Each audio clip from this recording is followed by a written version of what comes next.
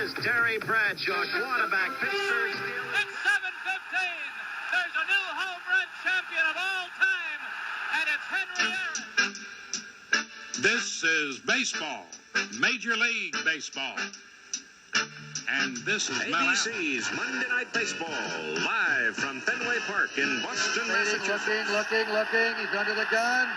He's fired. He throws. It is.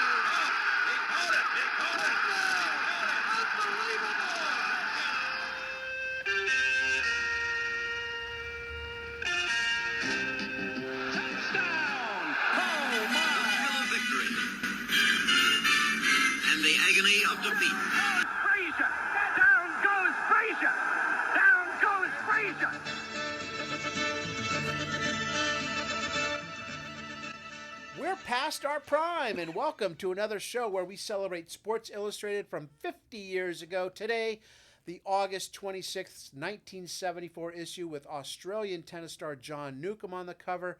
Joining me once again, Bill Mahoney and Mark Hoffman. And guys, first off, hello to both of you. Why did you get our names right? Bring the energy, all right? I know, come on.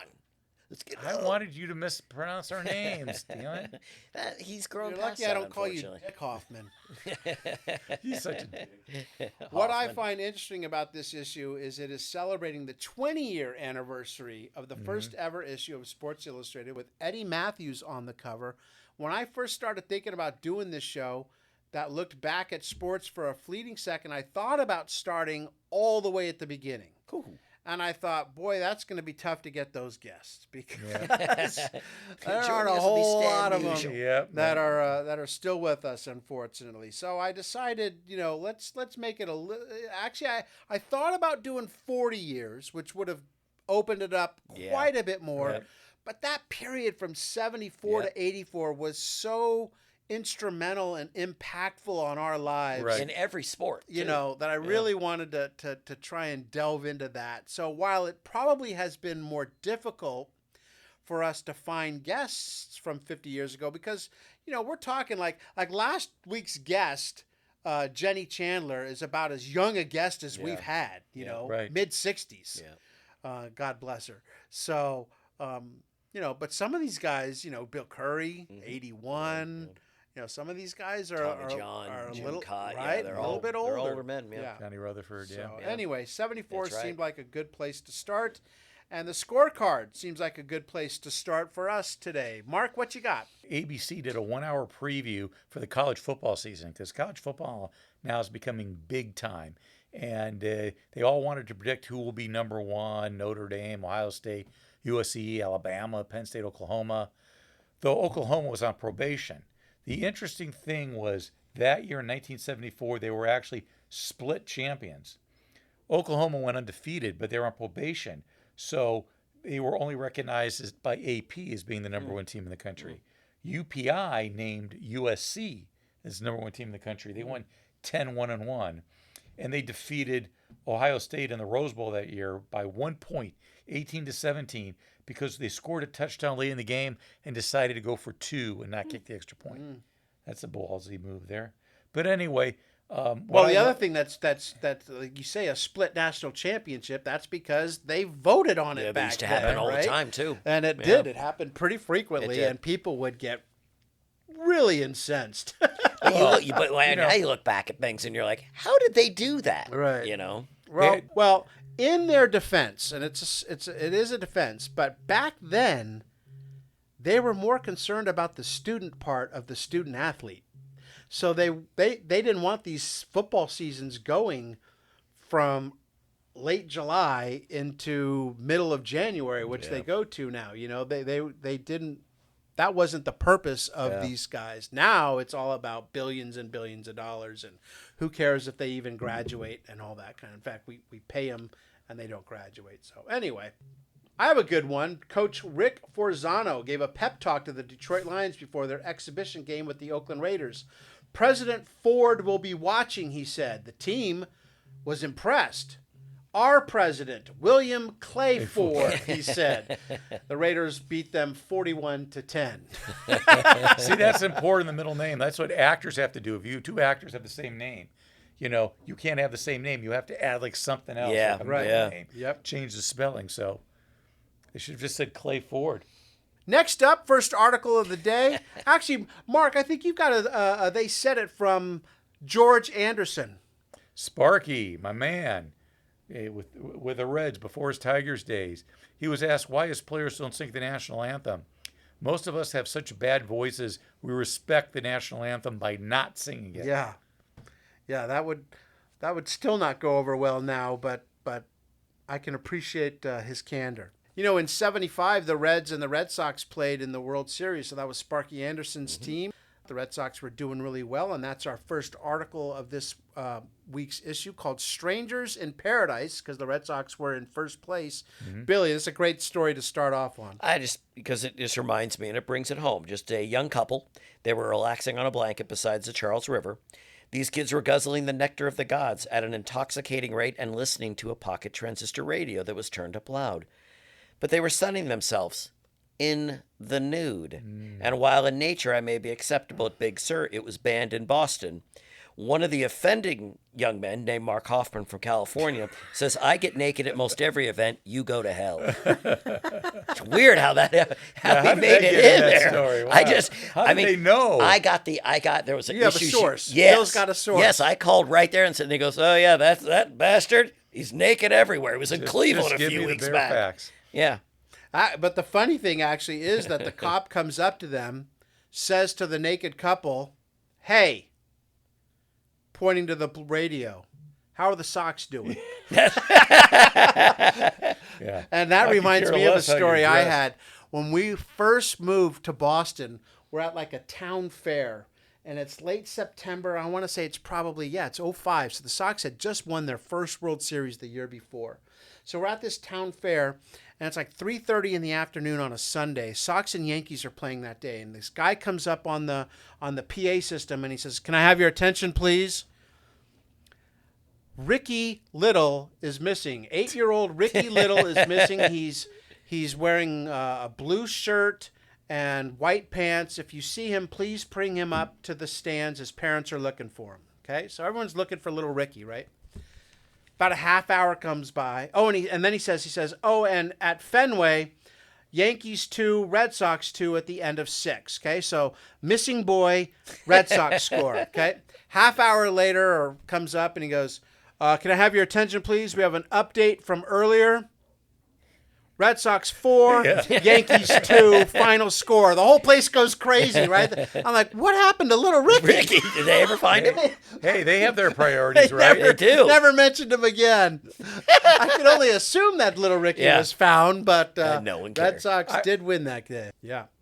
Burleson oozes confidence and toughness that the fans are loving. Bobby Mercer of the Yankees and Don Baylor of the Orioles have crashed hard into Burleson at second base, testing his desire to stay in the majors. They won't do it again, Burleson says, because I'll lowball them. So you know what that means? That means when a guy comes in sliding low, you're going to throw the ball. When they come in high, you're going to throw the ball low, and it may just hit you in the face by mistake. So he was fine with like them coming in hard, but don't go high and don't try to hurt me. The Sox wouldn't win the division, as Mark said, extending their streak of non-winning World Series seasons to 56 at that point. It would be another 30 years before they broke the curse of the Bambino, winning it in 2004. All thanks to Dave Roberts stealing second base with 2 outs right. in the ninth inning when they were down 3-0 to the When Yankees. everybody knew he was going. Yeah. Everyone knew, and he still got in by a whisker. A holding pattern for Little Current. In Saratoga, no Philly has won the Travers since 1915. That's 59 years. But many thought Chris Everett, the horse, Jinx, you owe him a Coke. had a chance to change that in 1974, going up against Holding Pattern and Little Current, winner of the Preakness and the Belmont, and Holding Pattern had beaten Little Current by a nose 2 weeks ago. Could Chrissy keep up with the boys? Yes. Could she beat them? No. She came in third. So Lady Rotha in 1915 continues to be the last Philly to win the Travers Stakes at Saratoga, and that holds true 50 years later here in 2024. 109 years since a female horse last won that race. Chris Evert may have been the best chance to do that 50 years ago in Saratoga Springs. Yeah, because she was in first place at the end of the mile. Right. And then Little Current Yep. took her at the end, but she was there. It wasn't that she got blown out. She's was right a Hall there. of Fame She horse. is. She's She an is. all-time great. Yeah. If you're, I'm not an expert in this field by any means, but when you're talking the all-time great fillies. Yeah. And Sports Illustrated loved her. Isn't this Oh the my fourth God, straight this is- fourth straight Yes, issue that they we've cannot talked about? get enough Yeah. of Chris Evert. Yeah. They're going to the ride horse. this horse to the end. But you know what I know about Saratoga? My memories of Saratoga have nothing to do with horse racing. Ah, It's I think of Carly Simon's song "You're So Vain," and there's a lyric, and we went to the races at Saratoga, and your horse naturally won. There's no one in this world that's mentioned that today. That's awesome. I still have that song. So Now that's cool, go though. back and listen to that song "You're So Vain," Yeah. which I think was about Jerry James Brown. Taylor. Oh, was I it? think it was about James Taylor. It was Warren Beatty or James Oh, Taylor. wow. I always heard James Taylor. Yeah. I was only thinking what was this song about Jennifer Love Hewitt? John Mayer's song. Oh, yeah. Wonderland? Yes. Yeah. Yeah. I didn't know that was a. Yeah. I wonder why. Wonder why? Yeah. I think it was her education. Yeah, her two big eyes. Yeah, that's it. Right. That's it. It's one big happy family, Yep. but the strike is over, kind of. I didn't know about this. Mark, do you remember this? You probably don't even remember this. But when the players from the NFL came back, there was a 14-day cooling period. Yeah. So they It's basically weird. said, come back to camp, but if we don't iron things out, we might walk again, which of course they didn't.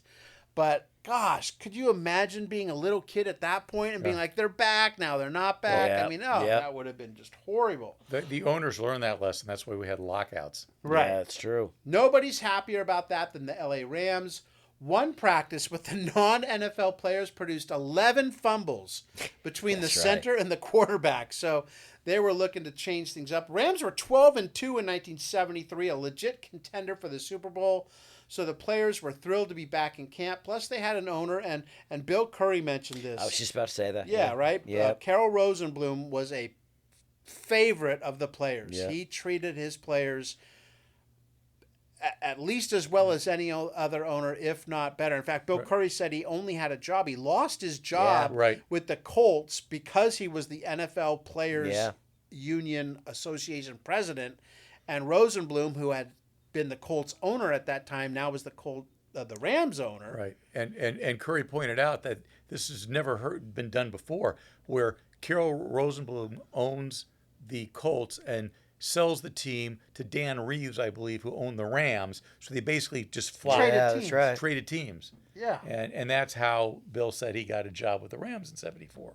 I had never known that how Yeah. great a guy Bill Carol Rosenblum was. I mean, mind you, I didn't. Maybe there was no articles, but the way Bill Curry talked about him, and then you hear little things they said in the article about him. He just must have been an unbelievable, unbelievable. I don't man. remember. I remember more Georgia. Yes, You know, his ex-wife. she didn't follow in his footsteps. No, not as much. No, Right? I mean, And- you can't fathom Carol moving the team to St. Louis. in the middle of the night. Right? You know how she did it. Right. You know? And Bill had said that team they thought should have won the Super yes, Bowl. Right. yeah. Yeah. Defensive back Dave Elmendorf said, being back in camp has nothing to do with us losing the strike. There's no way we'll play the season without an agreement. But that's just what they did for 2 years. Yes. They didn't say how hard they'd play. 6 wet cops and Sandra. 99 years ago, in 1875, Captain Matthew Webb swam the English Channel.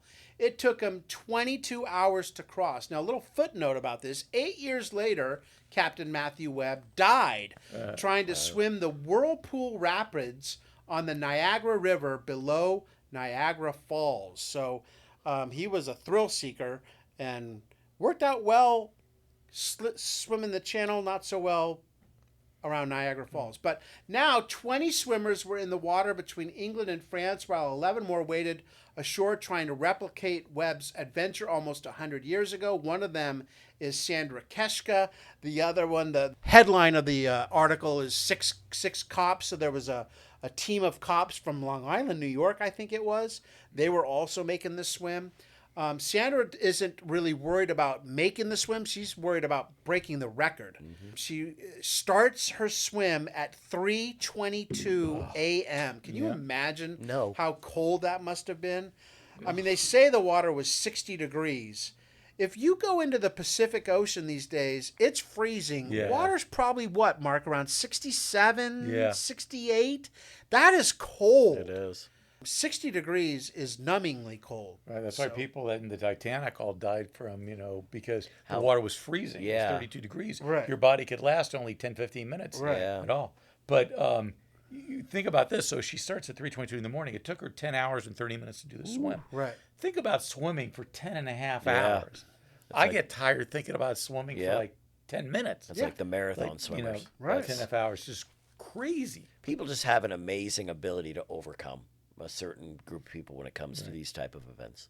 And I think mentally you can't even think. I've No. started. It's just, I'm doing I just it. don't know how you live in that. I mean, because you're swimming for that long that your body just doesn't. Well, the other thing about this is the winds are so big that the currents change like that. Yeah. So you're heading towards the shore, and all of a sudden it takes you. They said some guy finished like 47 miles away from where his destination was. You know. Wow. I'm really going to embarrass myself here, okay? My daughter, so we were in Fiji once, and there was this little island, and we were going to snorkel from where we were at this beach to this little island, very close, very shallow water. So I'm just having my head down the whole time trying to snorkel. But, they're currents, and they push Yeah, you. you don't think about So it. after about 15 minutes of this, I look up. I had maybe moved 2 feet from where. and meanwhile, my wife, daughter, and some other people were looking at me and going, "Why is Mark just going back and forth?" Now, one of the greatest distance swimmers in U.S. history is a gentleman by the name of John Kinsella. What a swimmer this guy was. Won a silver medal at the age of 16 in the 1500 free. 16! And then 4 years later in Munich, he was part of a team along with Fred Tyler, Steve Genter, and Mark Spitz that won a gold medal while setting a world record in the 4x200 meter freestyle. And in between those two games, he won the Sullivan Award in 1970 as the top amateur athlete in the country. But after graduation from IU, John competed in professional marathon swimming, winning 26 titles worldwide from 1974 to 79. He swam the English Channel in 79 at age 27 in 9 hours and 10 minutes. And joining us now in what I can assure you will be much shorter than 9 hours and 10 minutes is John Kinsella. Welcome to the Past Our Prime podcast, John. Thanks for joining us. Thanks so much. 9:09, and I'm a time guy. 9:09 on the channel. Don't want to Don't make it longer than it was. 45 years later, don't want it to be another 42 seconds. That's right. That's right. Yeah, exactly. John, I've covered the Boston Marathon many, many times. And the thing I love about it isn't the people who cross the line first, but the ones who come in 6, 7, 8 hours later. And yet you, 9 hours and 9 minutes in the water. That's insane. Tell us about that day in your life when you made the swim across the English Channel. Well, it's a memorable one for me because it was my last marathon, my last professional race, and I knew and it was sponsored by some sheikh from the Middle East, and the first prize was 1,000 pounds, which was pretty, crappy even back then. But I knew in my heart that no matter who I met going through life, they wouldn't know about all the other stuff, but everyone knows about the swimming the English Channel, right? So but it was right at the end of my career, and by this time I really was rapidly losing interest in training, to say the least, and kind of looking, to the future of working and getting married. So I kind of sloughed off of my training. As a matter of fact, one day I went in with Doc Councilman, who was at the time attempting to become the oldest swimmer to swim the channel, my coach at IU, Indiana University, and I was in there for about 10 minutes or so, and I got out, and Doc continued for about 3 hours. So I took every swimmer had a boat captain with a boat, and there were 2 recognized best boat captains, and by the lottery I got one of the 2. So I took, and my parents were there, which was the only time that they were like kind of my coaches. in the boat. So they were in the boat, and I took off. I got a good lead over the early lead over the Argentinian Claudio Plitt, and about, I don't know, 3 or 4 hours into the race, he went past me, and there was nothing I could do. I had nothing in the tank. So by the time we get to the French coast, we're about 5-6 miles off the French coast, and the boat captain tells my parents, tell John that Claudio is going the shortest route into the French coast, but it's not with the current. We're going to go a longer route, but with the current. And if he can pick it up at all, he may have a chance to catch him. At this time, I was about a mile behind him. So I kind of, and right at that point, the water temperature warmed up 5-6 degrees. It went from about 57 to 58 to about 63. That, may not sound like much, but it's a huge difference. So I, given everything I got, which wasn't much, I'm coming, and the finish line, unlike other races, the finish line is the French coast. So you gotta get to the French coast and beyond any standing water. So I'm coming in, swimming furiously, scraping my forearms on the coral and sea bottom and whatnot. I make it to the French coast. I found out I had won by 34 minutes. Oh my God! Wow. So I just like 5-6 miles. I caught him a mile and another half hour on top of that. And why was that? It was all because I had gotten one of the two best boat captains. So the next day, Claudio comes up and he says, "Well, you shouldn't have won." And I just looked at him and said, "Well, I did." So anyway, I have no problem with luck. I'll take luck anytime you can get it. So that was so I'm glad I did it, because like I say, to this day, I can tell anyone I've swum the channel. And most recently, not that you're asking, but most recently I was at the invited to the premiere of the Gertrude Ederle movie, Young Woman in the Sea. And, she won a gold medal in the 24 Olympics in the relay, and then was the first woman to cross the English Channel. And so I was telling everybody and anybody who would listen, I won a gold medal in the relay and then won a race across the English Channel. So If you're in the water for over 9 hours, I'm just curious, what are you mentally thinking, like 30 minutes into it, an hour and a half into it, 3 hours? Are you thinking of the race? Are you thinking of something else to keep your mind off the race? What do you mentally think of? Well, when you're in the water, I mean, that's a good question. When you're in the water that long, it's almost inevitable you're going to have highs and lows. It's not constant. So sometimes you're feeling really good, things are cooking along, you're singing a song for rhythm in your head, and you're cruising. Other times you're struggling, and and typically in Canada, a lot of the races are in Canada. I'm just thinking about getting out because it's cold and I got to work, so for 8 hours, or the longest race I ever did was across Lake Ontario. That was 13 hours and 47 minutes, I believe. And, so you're, it's like repetition, maybe it helps. I mean, we probably, or at least I probably had ADHD back in the day. Thank God I wasn't drugged. You got when you're swimming long enough, just looking at black lines on the bottom of the pool, you gotta, you have to go places in your mind. So a lot of times you're just disassociating and trying not to think of the misery and the cold, basically. Now, with that, you're in the water, you're doing all the stuff you did before. What did your parents think when you had said, the English Channel's up next, Mom and Dad? I know they were supportive, but how did they take that with all the things you've done? Well, they were always very supportive of me. I mean, because where we lived, there was no bus service. Plus, I had to make morning workout, in high school, and she'd drive me to, all the swim practices twice a day, mind you.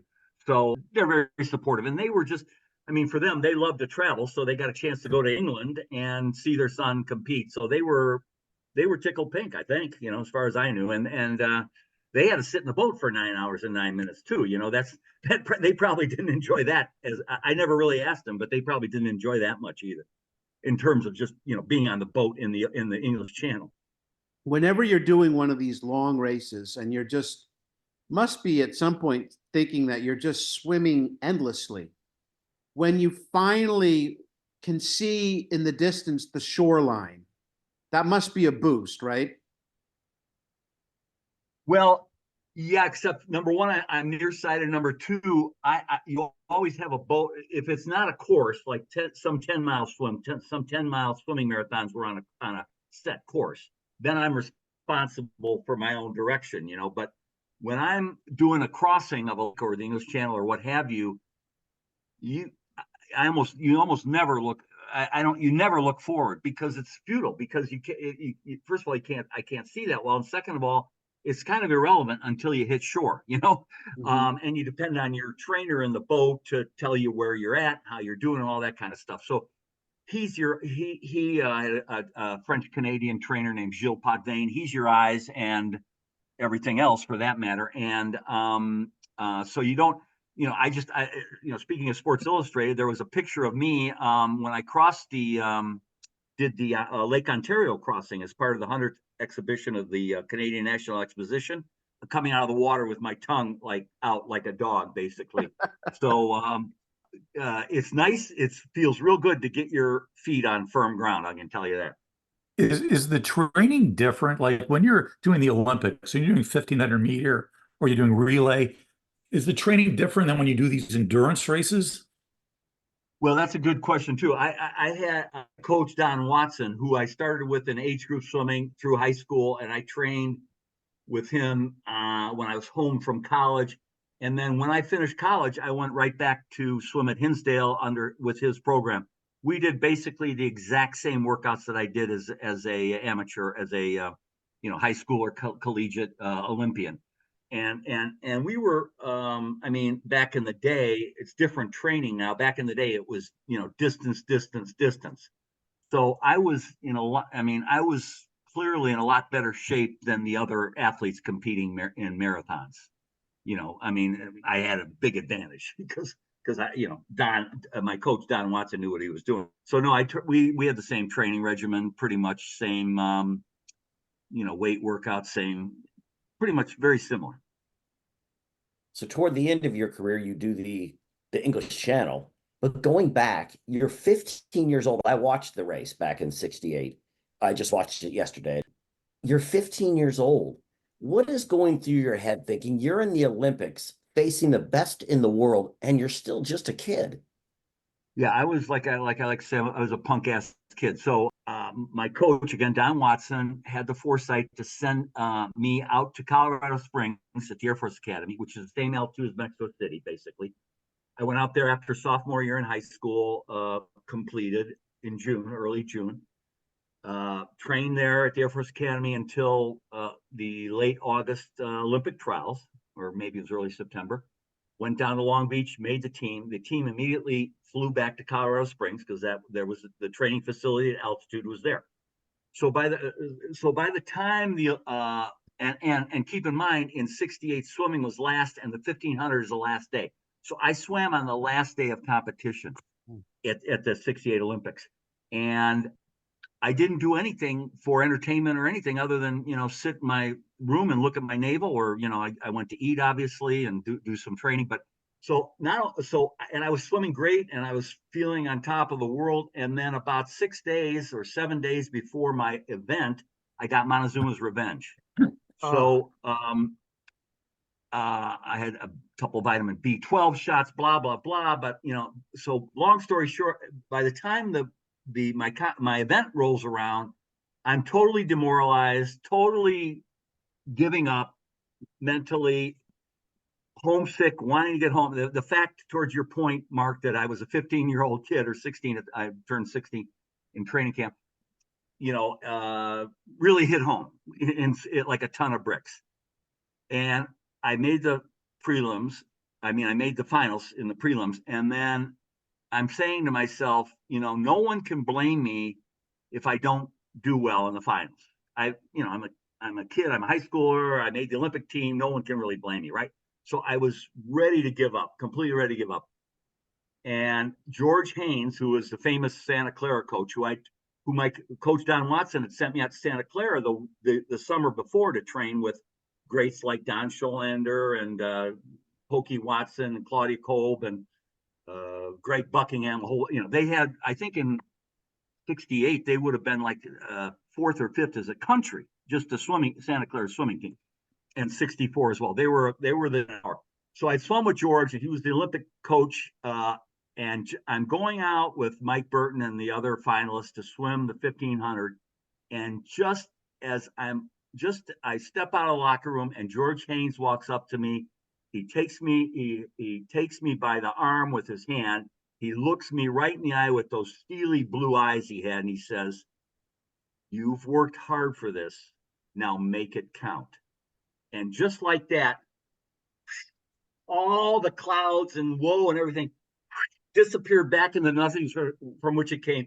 Whoop, I was right in the here and now. I had the blinkers on. I was swimming for the silver medal. I knew Burton. I wasn't going to beat Mike Burton, the famous U.S. distance swimmer.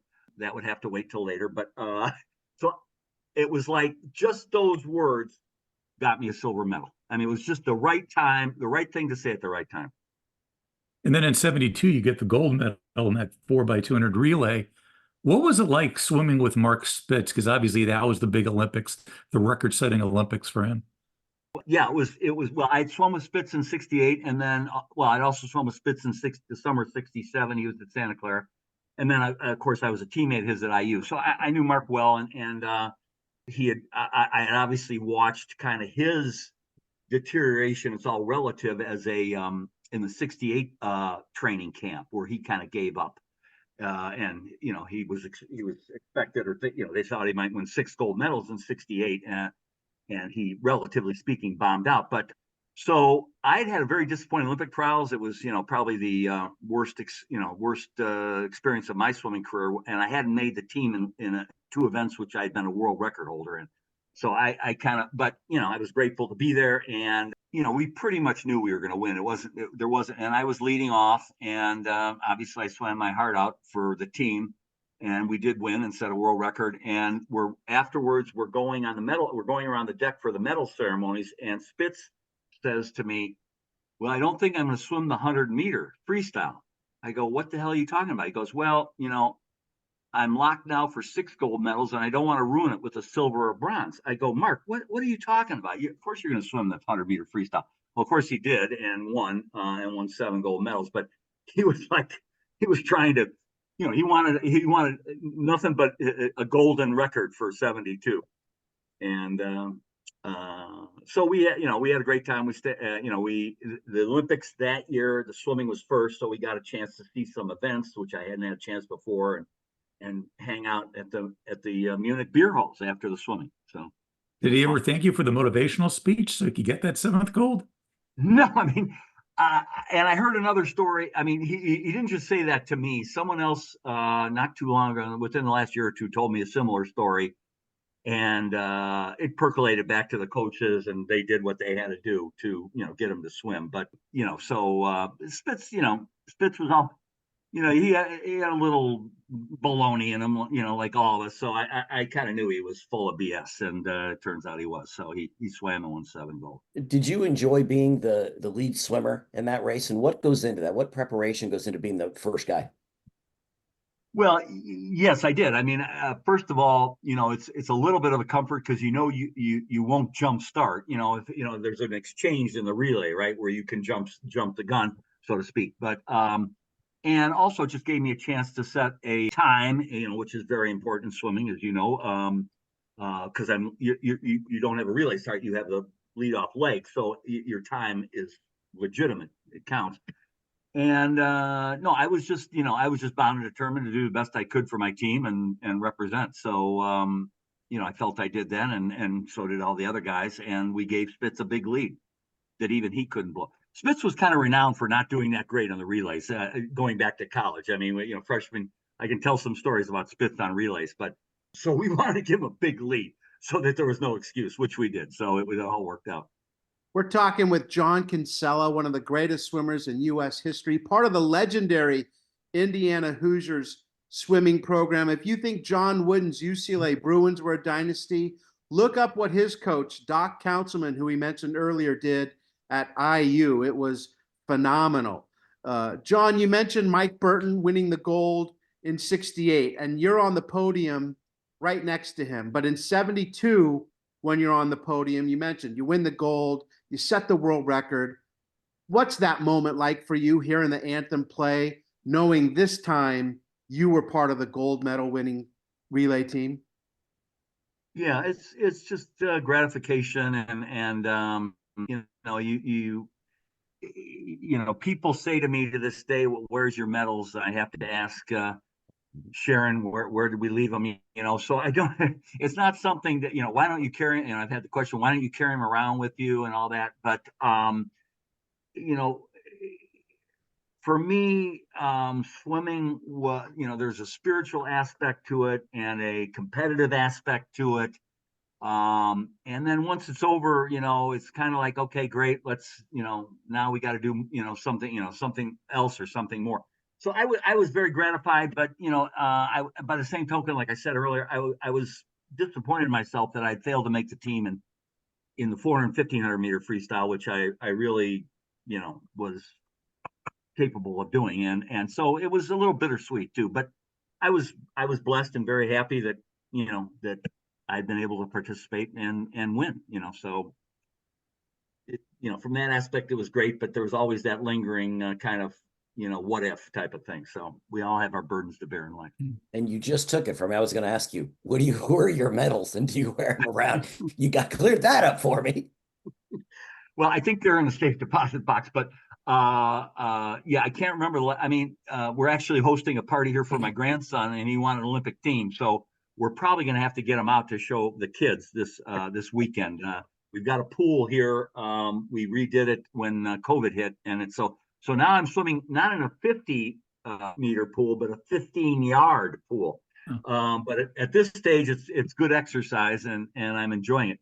I also should add, just as a matter of my own kind of not recognition, but what I value as part of my high school experience, because there was no better meet I ever swam in than the boys Illinois State High School Championships.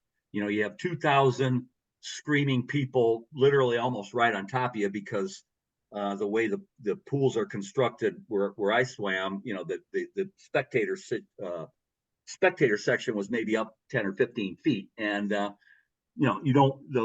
worst thing is, you don't want to disappoint or let down your team. So that was, and my senior year, we were named national high school champions in addition to being state champions for 4 years. So that was, and then 53 years later, Hindo was again named the national champion. So championship. So I thought it was pretty cool. And didn't you do the what is it, the 24 hours with Sandra Buccia? Wasn't she one of your high school friends?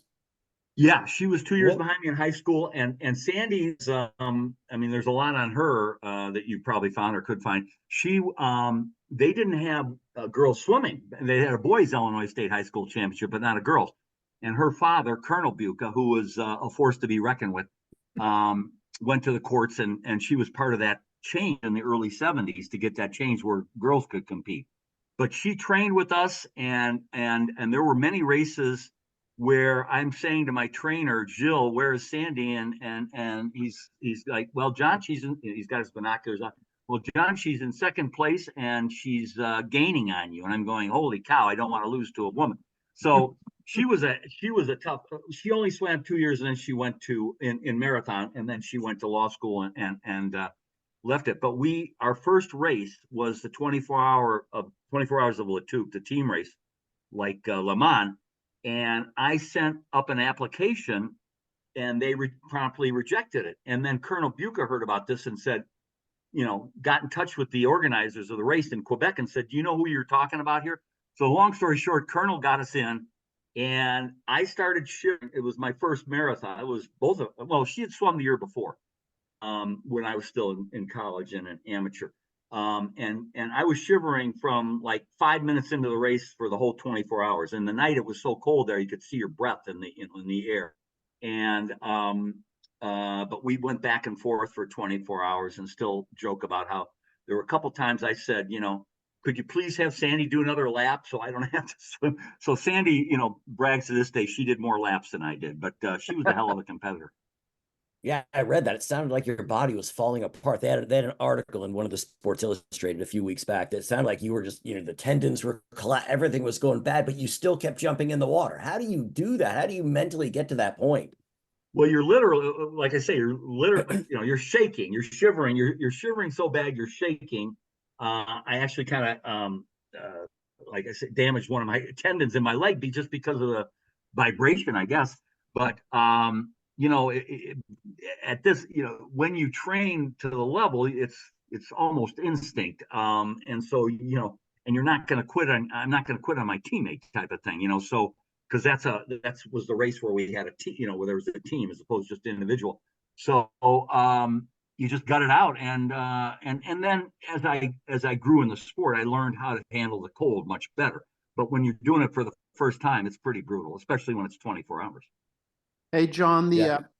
The 72 Olympics is one that will never be forgotten because of the Palestinian terrorists that killed the 11 Israeli athletes.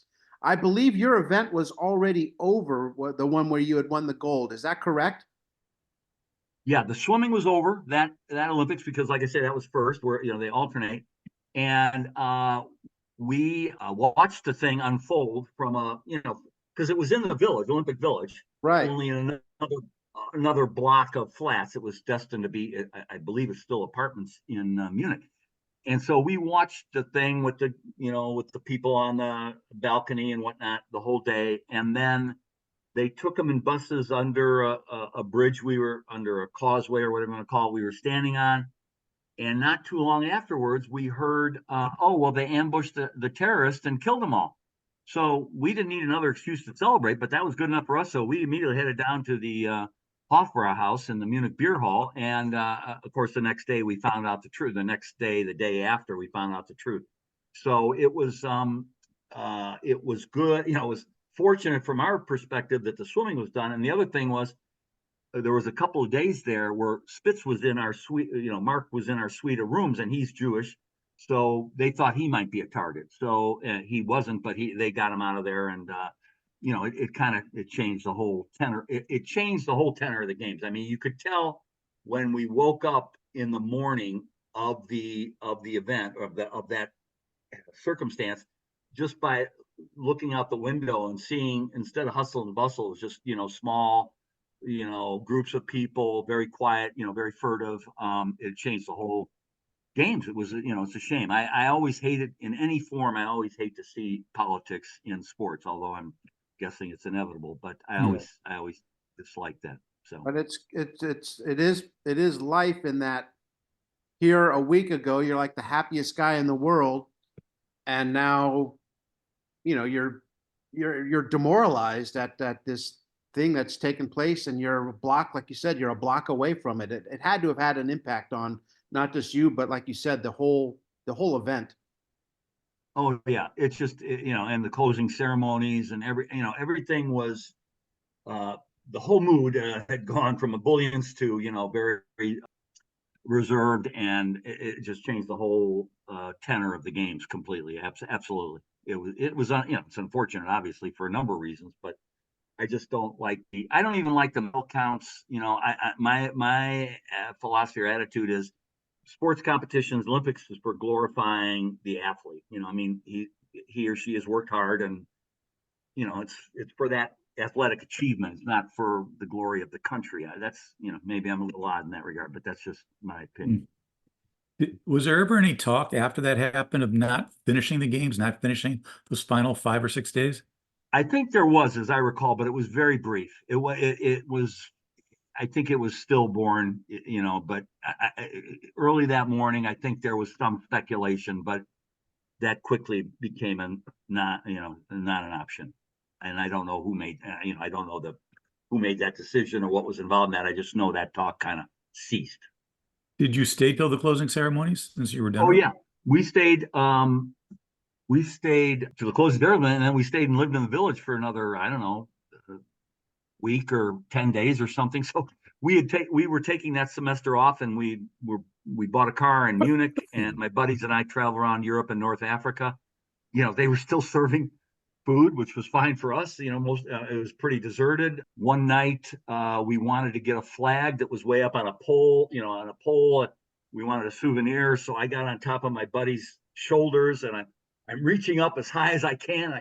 I can't quite reach the thing. I'm trying, to cut it, and then all of a sudden, this guard comes by, and we took off running. So, we were young and having a good time. I mean, come on, we were doing what guys do.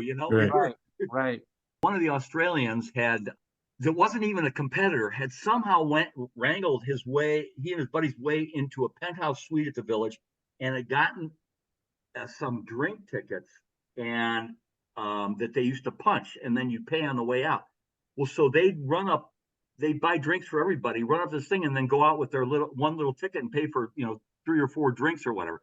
So I mean, this is the kind of thing you kind of see a different side of life and I was 19 at the Munich game. So I was fortunate to have a chance to travel and meet people and kind of see the world as a young kid. So we do this segment on the show called 50-50. It's a trivia question. I'm going to give you a 50% chance to get the question right.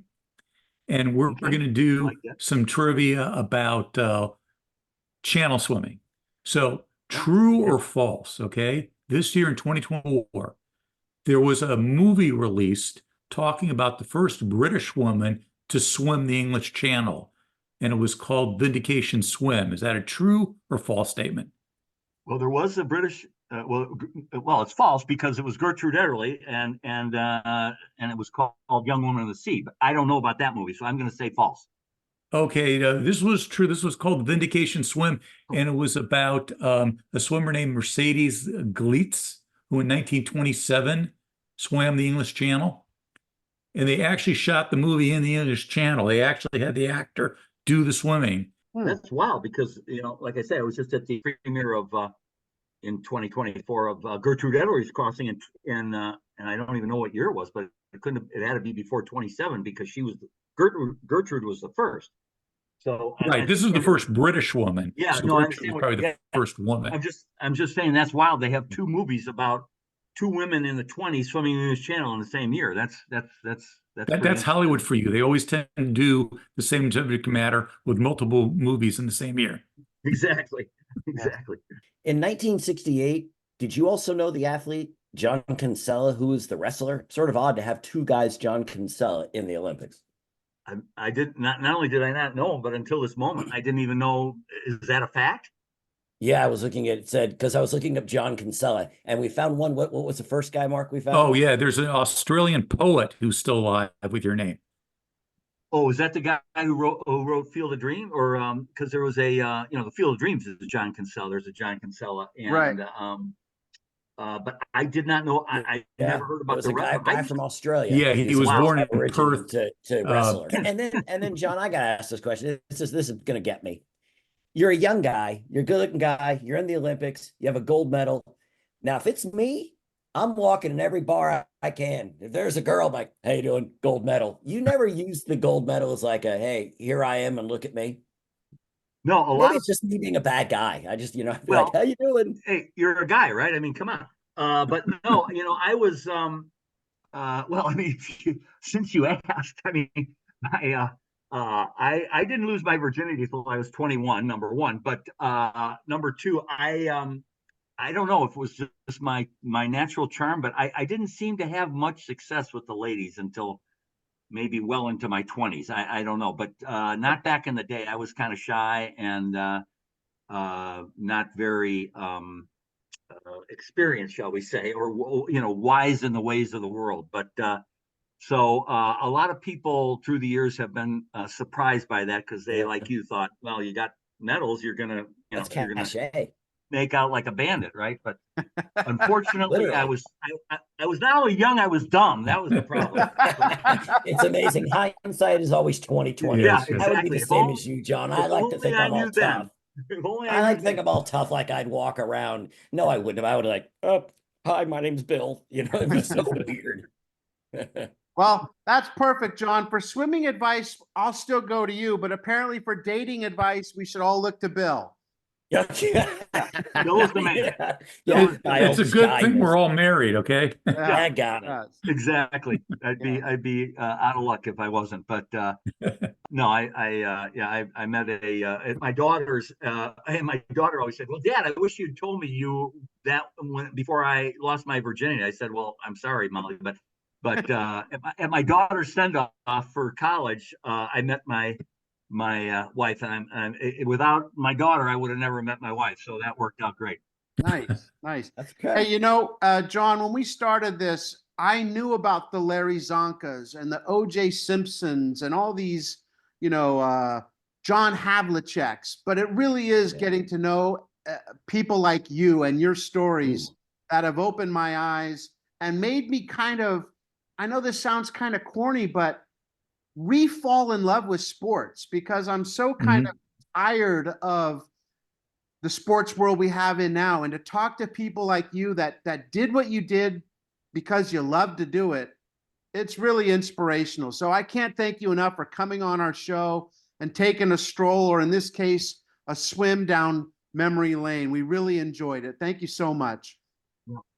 Well, can I add one more thing? Yeah, sure.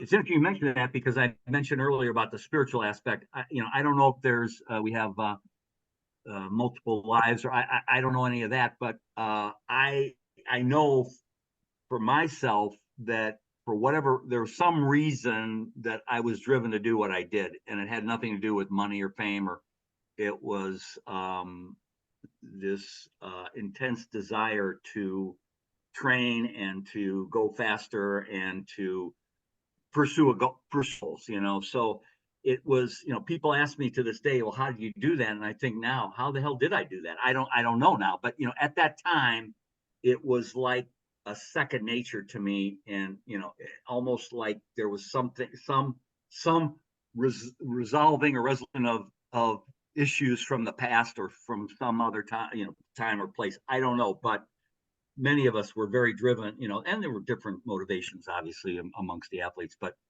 a lot of the distance people I know, they're very driven to, train and improve and set new time, records and all that kind of stuff. So, I'm very blessed that I was able to do that at a young age, and I'm thankful for that. Well, we're thankful that you came on and gave us a half hour of your time. Thank you so much, John. Really appreciate it. You're the best. Thank you. We're committing to the 60-year anniversary for 28. So there you go. Great. And the Knock 80, on wood, and the 80-year anniversary in 48. Damn right. Yeah, wherever the hell that is. Wherever the hell that will be. Be well. Be well. Thank you, John. All right, take care, gentlemen. Thanks. Billy, you're a swimmer. 20 miles in the pool. That's a lot of laps. I can go 2, and I'm very tired. And that's mind you, I'm in a controlled environment. I was just going to say that. Environment. Yes. Yeah, they're you heard him go. He went against the current. I went with the current. I'm thinking I just swim in the pool. I mean, I swam in the ocean a lot as a kid, but yeah, that's not easy, man. That is. I do those 4 to 7 mile walks, and I'll listen to a podcast. But if you can't listen to a podcast when you're swimming in the English Channel, no, your mind where it wanders to is so interesting to me. I was going to ask that same question, Mark, because when I'm exercising, a lot of times I'm trying everything I can to take my mind off it. Yes. Right. Me too. And there's no taking your mind off. You're just swimming, and you're swimming, and you can't when I'm at the gym and stuff, I look at the clock. Oh, okay, 5 more minutes. Okay. When you're swimming the English Channel, it's 5 more hours. Yes. Well, okay. Here's something really a surprise for me. When I was in high school and I would run, I would play an imaginary baseball game in my head. That's weird. That's right. No, hey man, that's how you do it to keep yourself going.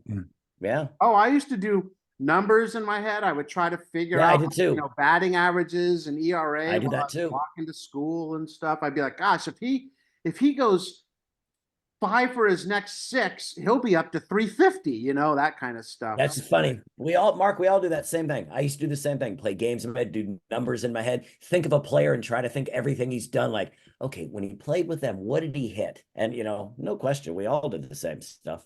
But isn't it true when I say that, when we started Yeah. this, I was so excited to get Larry Zonk. big name. Don't Yeah. get me wrong. Zonk was great. And Hall of Famer Jim Cott and all these people we grew up knowing.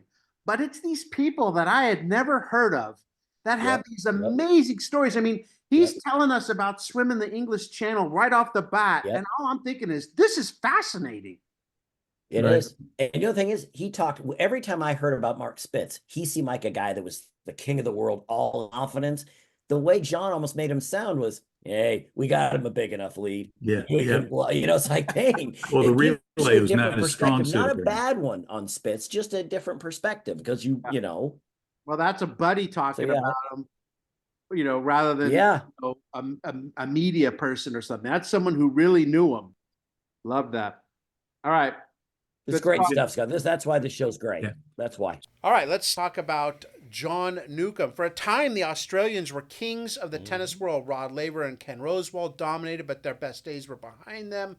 Frank DeFord writes, so there is only one real Aussie left from the dynasty that began in 1950 with Sedgman and McGregor and won 16 Davis Cups, 14 Wimbledons, 15 Forest Hills, and that person is Nuke. The only real Aussie left is Nuke. John Newcombe, winner of 7 Grand Slams in singles, 17 more in doubles, one of a handful of players to attain #1 status as both a singles and doubles player. At this stage of his career, Nuke says, I've got enough money and there's no ego thing left. I've done it all. I've only one life to live and I don't want to turn around and have my son be 14 and not know him. So there's a man who has his priorities, right? Yeah, he knew. He had already been there, done that, and I don't need to keep doing this for forever.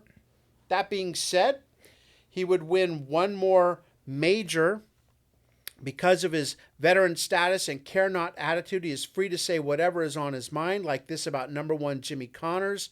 He tries to imitate Nastase, and it just doesn't work. Nastase says funny things, and Connor can't say funny things, but you can never stop thinking against Connors. You've especially got to serve intelligently because what Connors does better than anything else, he sniffs an opening and he dives for it. A few months later, Newcombe, as I mentioned, would win his final major, the Australian Open, over Jimmy Connors, in what many say was the greatest match he ever played, so he saved his best for last. So he always, I don't really remember him that well. Do you remember him, Mark? I remember him, but he's lost with the other big names, Borg and Connors and McEnroe. Ash. Yeah, Ash. I mean, you get lost in that, but I do remember him, because kind of represented Australia. Right. Seemed like a nice, really nice guy, and like you said, able to speak his mind because he had all this success.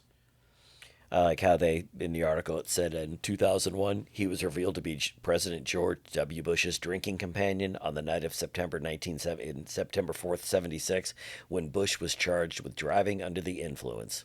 Oh, is that right? Yeah. They said this controversy surfaced during the 2000 U.S. presidential election.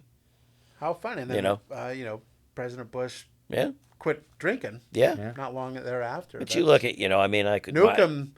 In the article, you can tell he's an Aussie. He liked to throw back some beer. That's right. They were saying that he would, on evening and someone or his Nuke grasped a beer mug with his teeth and downed its contents. No hands. The people clustered around his next. He bent over a glass, chug-a-lugged it backward, and then bellowed for another round. So he seemed like a man's man. Right. But like Mark said, he had his priorities right, and he's right. He always...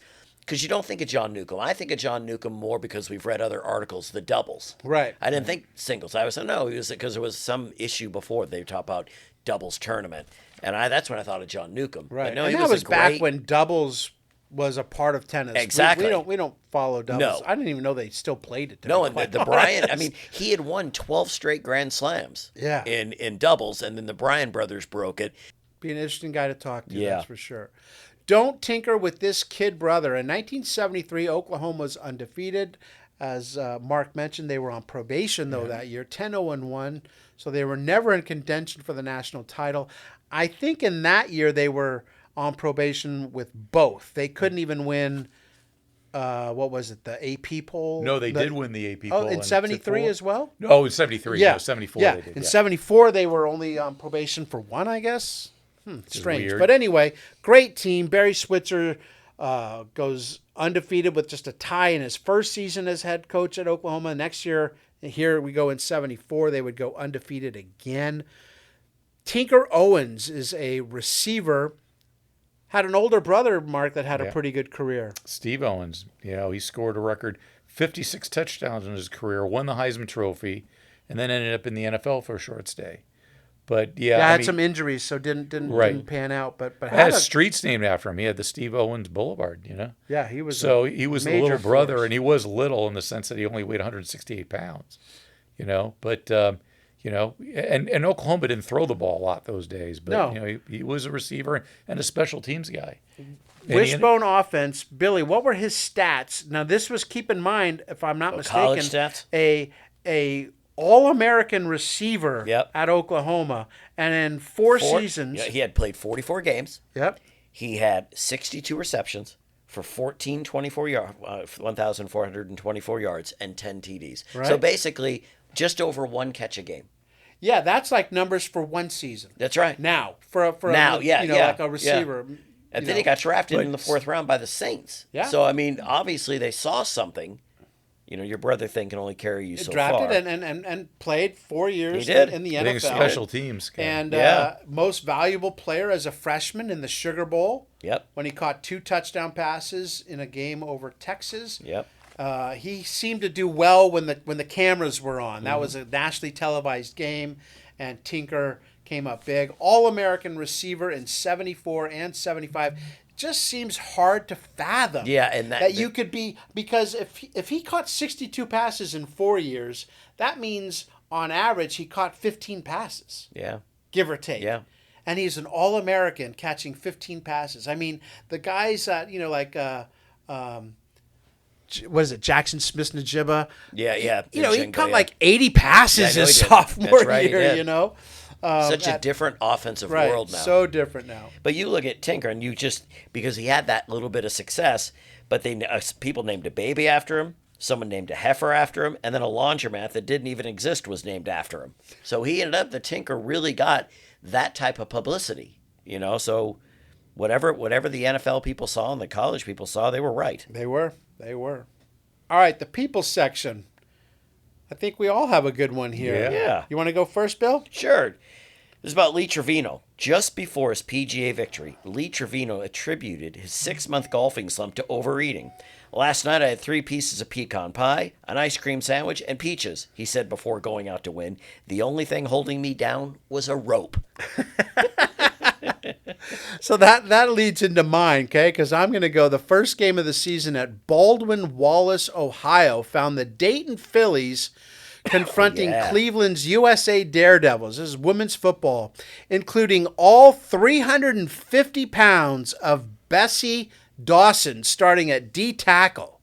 Dawson and the Daredevils bowled them over 28-12. She now says if an NFL team can use a linewoman, well, there she is. Seems like Trevino and Bessie share the same eating habits. Yes. Mark, you got one? I do too. Yogi Berra, who was manager of the New York Mets at the time, he was not particularly interested in the fact that his team had beaten the Cincinnati Reds 4-1.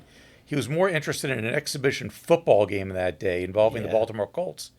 You see, his son, Tim, had just been drafted by the Colts and was playing. So he called about 5 times during the game to see how he was doing.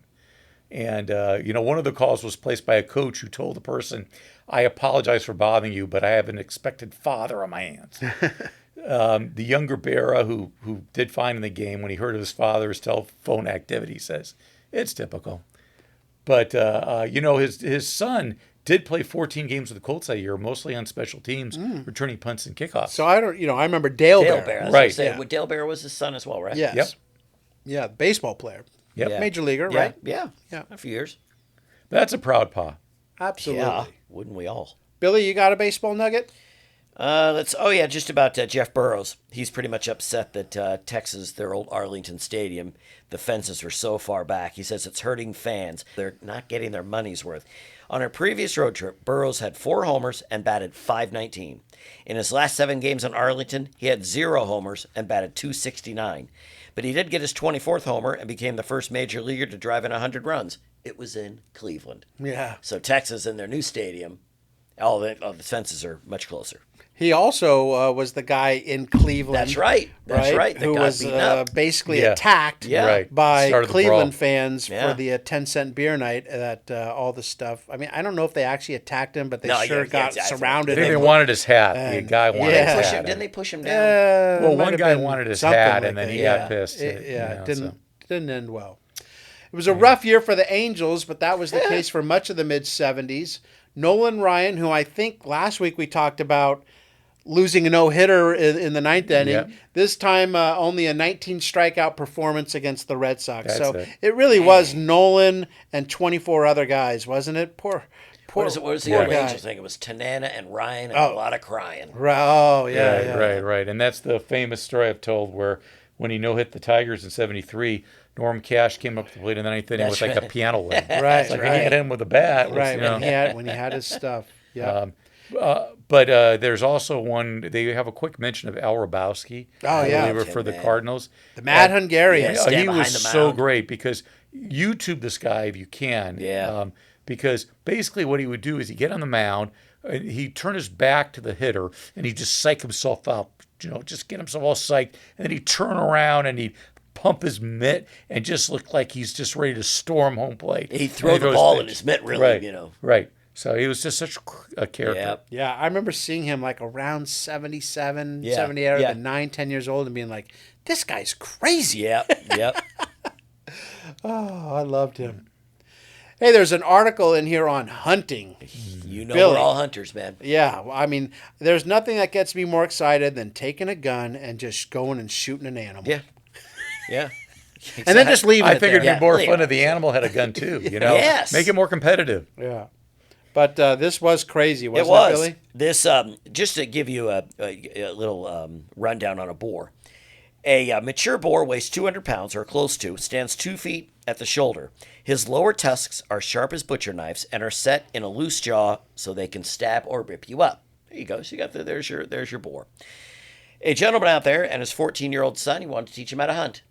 So he put a .22 carbine, semi-automatic .22 carbine in his hand and said, let's go find some boar. Well, unfortunately for them, they did find a 200-pounder, and it happened to have babies with him. Oh, no. So the boar starts charging the boy. Remember, he's got 12 shots in this. So he keeps trying to get the perfect shot because boars have like these scales on them that if you hit the scales, they bounce off. So you have to get them perfectly. So the boar's coming at him. And the dad's saying, you got to get him. You got to get him. Finally, his name's Babe, the son. He hits him with all 12 shots. Right about when the boar is going to get to him and obviously kill him, the boar cuts off to the right and goes down a hill. So they go and find the boar. The boar's dead. One shot that kid took to one of the 12 made it in past the little scales and severed his lungs and killed the boar. Wow. I am not so sure that's how, I mean, if I'm not a hunter, I did play with a javelina once, but still, I don't know if that's something that you'd want to do with your son. Maybe it's done in other places. I'm not judging. I'm just saying for me, that story, I thought, you're joking with me. Because here's this boar, 200 pounds of butcher knife for teeth or tusks, and you're trying to shoot it, and he's not putting it down. Still coming, man. And the dad's like, shoot him. Yep. Shoot him. All right, let's move on to softball. Billy, you got a softball question? I don't know anything about softball. Softball? I don't know anything about softball. This woman, Joan Joyce, I had never heard of her. Had you guys heard of her? No. I mean, her numbers, her stats, the people she struck out, all unbelievable. Tell us about her, Billy. They were in the Women's World Softball Tournament. She was 33 years old, shy, muscular woman. She had a 20 strikeout performance against Australia. She did not allow a ball to be hit into foul territory. The 21st out was recorded on a pickoff play after the batter had walked. She set a tournament record by fanning 76 batters in 36 innings. She was so dominant that even before the game, the other team's pitchers would watch her and just sigh like, we've got no chance. But in 74-75, she threw 70 miles an hour. She threw 150 no-hitters and 50 perfect games. Her lifetime ERA was 0.09.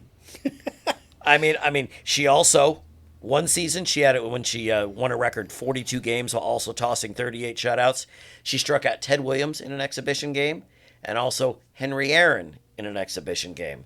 This gal was it, man. Because remember, we even talked about, Scott, that she also played women's basketball. Yeah. With the USA team once. I think she scored, was it 57? Yeah, 67 points. You know, she also played, what was the other one? She played basketball and golf. Well, she could do it all. Everything. Did But very well. and Ted Williams had said, they asked him, who's the toughest person he ever faced? He said, that gal. He said she was the toughest pitcher he had ever faced. The thing about softball, too, it's underhand. You're closer to the plate. True. If you think the reaction time for hitting a baseball is hard. Yeah. Right. Even though the softball is a bigger ball, it's a shorter distance, and it goes fast, and it doesn't tax your arm, the underhand Right. throwing. That's the And you know, movement. this happens a lot, and I'm not taking anything away from her. She's awesome. Yeah. But it's so much of baseball players are about their visual, right? So they're so when it's coming at a different angle like that, I think they must just be like, where is this ball coming from? And it's on them like that. So it's not that surprising that she could have success. You'd think that a Williams, I mean, we're talking about the greatest hitters of all time, that they might be able to get a piece of the ball, but she was striking them out as well. So, But no, you can't throw underhanded in baseball. right. But Chad Bradford came real close. He sure Aaron did. Wasserman did. So I'm saying a gal like that, let's say she's And that 22, was- do you give her a shot? That And- was, I mean, Chad Bradford threw 75 miles an hour. Exactly. It And was, he used to, it was he used to all about his he used arm to angle. get his knuckles on the on dirt. the dirt. He was solo. Quisenberry. Those Yeah, that's side- right. And that's another thing that's so funny. When was the last time there was a full-on submarine pitcher in baseball? You would think that Yeah. there'd be guys that would be like, you know what? I'm not really doing all that well in the minors. I'm going to try something new, because players aren't used to seeing the ball come from that angle. Because it's about hard and spin, throwing ball hard and spin rate. Yeah. And they wouldn't get that. Yep. For the record, fired Bud Asher, head coach of the WFL Jacksonville Sharks, who are in last place in the Eastern Division with a 2-4 record. This despite the fact that Asher loaned owner Fred Monaco $27,000 just a few weeks earlier in order for him to meet the payroll. So Wow. thanks, but no thanks. The team then went 2-6 in their next 8 games before folding, forcing the cancellation of the final 6 games. I think that was the team, I don't know if he played for him, but that was the team that drafted Bob Thomas. Oh. Remember, he said Yeah. he went to the Jacksonville Sharks. They gave him That's him right. that, MG. Yeah, that's right. Yeah. So I wonder if the guy got paid back or the owner fired him and then thought, well, you know. I don't know. can you imagine? Here's the money, and then 6 weeks later, you're fired. Yep. Do I get my money back? You'll get it. Checks in the mail. You know what I find remarkable in these in the for the records? They give you the results of all these exhibition football games. Yeah, And they back do. then, 50 years ago, the starters would play a little bit in the Yeah, they exhibition. would, You know, they would. play sometimes half the game. Yeah. To me, the most boring thing in sports is exhibition football Yeah. because nobody plays. Yep. Yeah. They all know it's all about the practices. Yeah. Right. I mean, because even in the Hall of Fame game, you'd always have certain younger guys that play. Caleb Williams didn't play. He did. At least they've cut down the number of The- preseason games. The owners, if they had their way, would get rid of all the preseason. Yeah, I games. would. Yeah. Maybe they'll play 1 week, get fine, and then I mean, that's fine if you've got a team of veterans, but a lot of these guys are playing. Like they're, a team they're like trying the out. Patriots. Right, A and team like the who's Patriots need to find some of these diamonds in the rough that Right. they'll find in these games. Yeah. The right, and teams who's like making the back end of the roster? teams like the Right. Eagles don't. Right. Faces in the crowd. Bill, what do you got? Well, Mark and I go over this one. John Harris. He was a golfer. He ended up winning one PGA Tour event, and he finished tied for 50th place at the 1994 Masters. What else did he do, Mark? He was also a hockey player. And who did he play for? Minnesota under. Some guy named Brooks. Yeah. So What that was else a was he pretty known impressive for? guy, man. Yeah, the Miracle. America, you know. So he was a starting center for the hockey team. He had 11 goals, 23 assists. Yep. It was also like the state amateur champion in golf, which is really weird because golf and hockey you don't kind of think are like the same, you know. Right. How do you do both? You know, what gravitated you to do both? I guess living in Minnesota, you gravitate to hockey. But golf, you know, you got maybe 3 months out of the year you can golf in good weather. But then you think, and then they even mentioned, they said after turning 50, he began his second professional golf career. His first win during the era came at the Champions Tour season at the 2006 Commerce Bank Championship. This guy was an athlete from the second he came out of the womb. Yeah. Just. I mean, that's really what it is. They were, you know, he could play golf, he could play hockey. He could probably do any of them. Yeah. Right. Yeah. 19th hole, Mike Marshall luckily has been endowed with the ability to effectively throw a baseball, a reader writes into Sports Illustrated. More power to him. But he has spent too much time among the academicians. I admire that he does not smoke or drink, but to deny the common courtesy of an autograph, that's bad. So not a lot of love coming towards 1974 Cy Young Award winner Mike Marshall, right, Bill? Yeah, because there was Bill Reynolds. He had said, as a member of the physical education academic community, I was mortified to learn that my colleague Mike Marshall is a genuine flake. It is indeed decent of Mike to demean himself by playing such a boring game with his obvious inferiors and to be forced into communicating with sports writers who aren't sharp enough to get it straight. His obviously Herculean efforts at a public relations should also be lauded. I hope his $87,500 annual salary will compensate for any discomforts he might incur. And you know what the key is there? A piece of him. Yeah, that $87,500. I know that. But I'm saying, back in that day, though, in 74, you were pulling it in. No question.